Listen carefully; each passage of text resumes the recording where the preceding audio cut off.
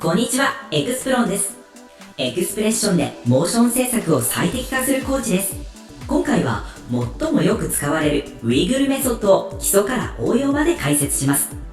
ウィグルはランダムな動きを生成するエクスプレッションです。カメラの揺れや自然なモーション、UI やテキストの動き付けに使用されます。エクスプレッションで編集の可能性を拡張しましょう。Let's optimize your After Effects workflow.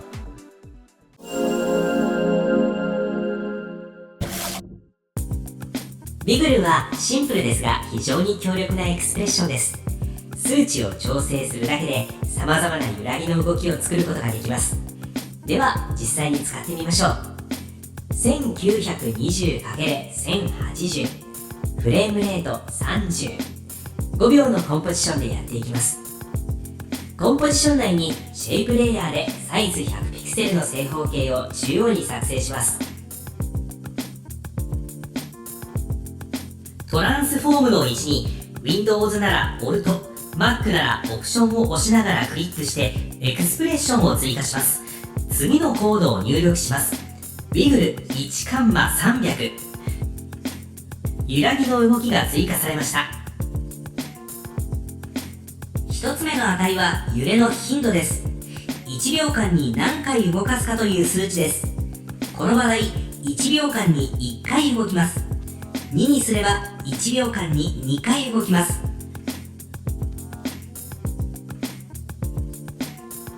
2つ目の値は振幅です。元の位置から入力した数値に応じて上下左右にプラスマイナスピクセル数の範囲で動きます。数値を変えるだけで動きの速さと大きさを直感的にコントロールできます。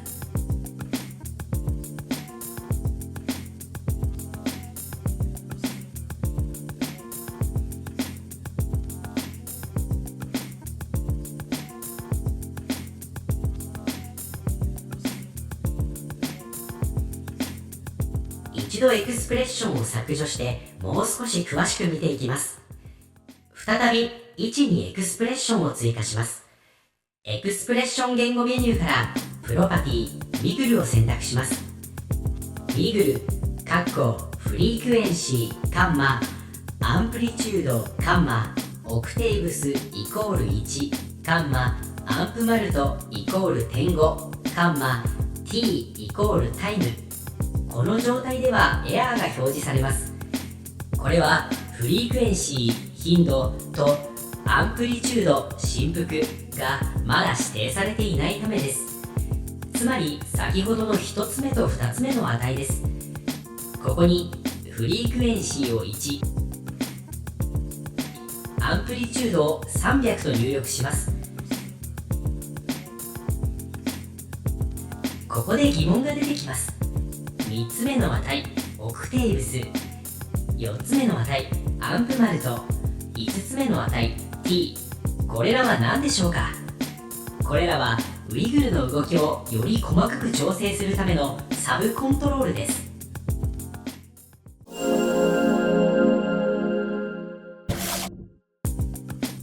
オクテーブスは揺れのディテールを制御します。デフォルトでは1に設定されています。値を大きくすると基本の揺れに加えてより細かい揺れが重なります。試しにオクテーブスを10にします。ベースの揺らぎにさらに細かい揺らぎを加えるイメージです。値が小さいとシンプルに、大きいと複雑な動きになります。アンプマルトは追加された各オクターブの振幅を調整するパラメーターです。デフォルトは 0.5 です。各オクターブごとに振幅を何倍にするかを指定する値で、基本的には0から1の間で調整します。0に近いとオクターブスのディテールが弱い。1に近いとオクターブスのディテールが強い。つまり細かい揺れをどれくらい目立たせるかをコントロールする値です。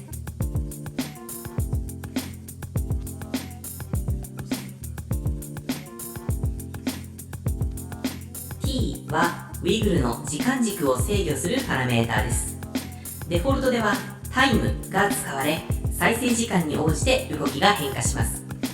動きを固定する場合、タイムを3にすると3秒の時の値にとどまります。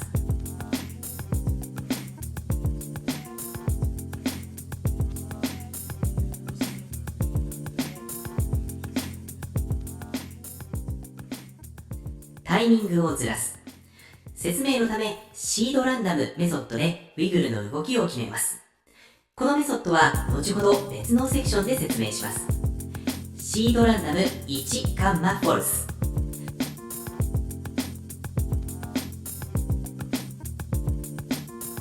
シェイプレイヤーを複製して、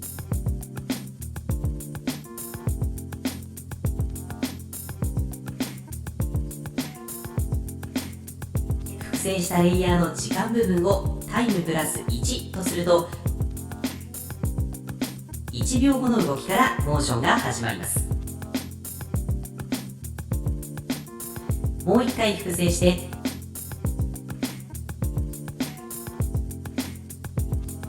今度はタイムマイナス1とすると、1秒前の動きからモーションが始まります。つまり時間のオフセットとして使えます。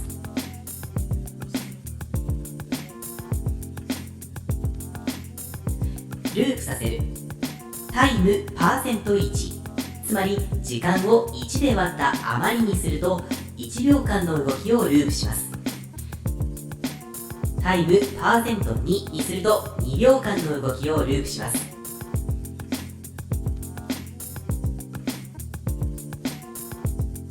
サブ設定は省略できるため、シンプルに使う場合は頻度と振幅の2つだけで完結します。これが Wiggle の基本形です。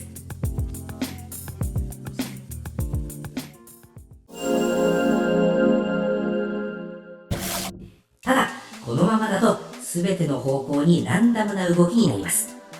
横だけ動かしたい、縦だけ動かしたい、同じ動きにしたい。こういった制御テクニックを次回解説します。モーションは制御できる。See you next optimization!